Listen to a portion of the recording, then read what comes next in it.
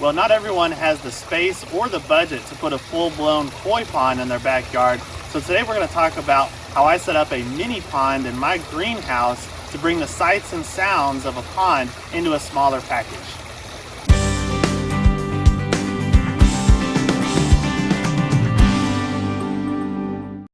Mini ponds are an awesome way to get into the hobby of water gardening and ponds because they can be done in a small area. You don't have to have a huge budget for it. A lot of times you can use recycled materials, and it's just a really fun thing for you, for children, for grandkids to get into. A great way to keep aquatic plants and some fish. So let me kind of walk you through mine here that's in my greenhouse. Now, I've got mine in a greenhouse because I've got tropical plants that I'm wanting to overwinter in here, and it's a good place for me to grow out some of my baby fish that I have while they can keep growing all through the winter in here.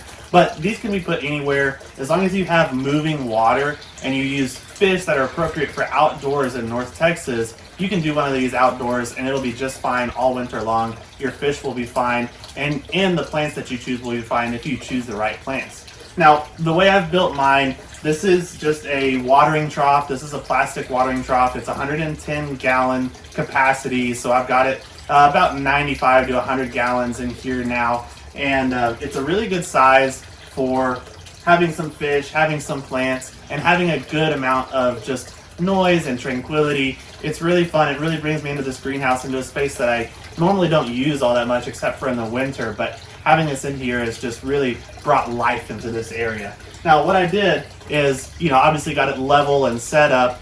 You can use anything really that's going to hold the right amount of water.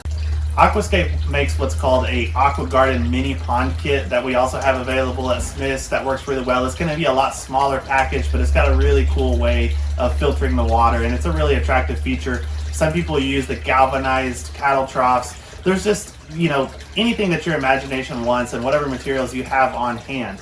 But the important thing to do is going to be to add some filtration in here, especially if you're planning on keeping fish. Now, I recommend using goldfish in something that's this size because koi are just going to get far too big for a pond this big. Me personally, I'm using this to grow out some baby koi, and then I'll be relocating them to my bigger pond. But for most homeowners that are only doing a small pond, goldfish are very hardy, they're very adaptable, they can accept a wide range of water conditions, and they'll be really well suited for something like this. And then you want to make sure that you get some good aquatic plants in there. And then the most important thing if you're keeping fish is going to have a filtration system. So what I've got here is I've got a 400 gallon per hour pump that's connected to this Aquascape filter urn. So inside that urn, we have filter material that's going to be doing mechanical filtration and biological filtration. So it's going to be pulling out all the junk out of the water along with all the ammonia and nitrates out of the water. So you're not going to have as much issues with algae.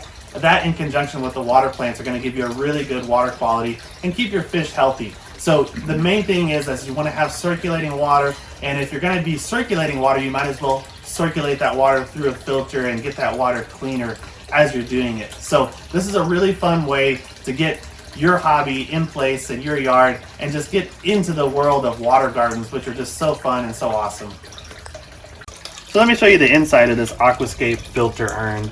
Now this has a little removable cap here, and then what's happening is we're pumping water out of here. It goes in through the back, it flows forward, and on the way forward it hits these ceramic rings, which is where the beneficial bacteria will establish themselves.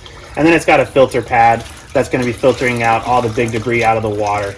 So it's two-stage filter. It pours right back in to here. It's oxygenating as it goes. Really cool product, and it's decorative, looks nice. Two things to remember whenever you're setting up a new pond and you're planning on putting plants and fish in it is what kind of water are you using? If you're going to be using city water, you have to remember that there is chlorine in city water, which is absolutely toxic to fish.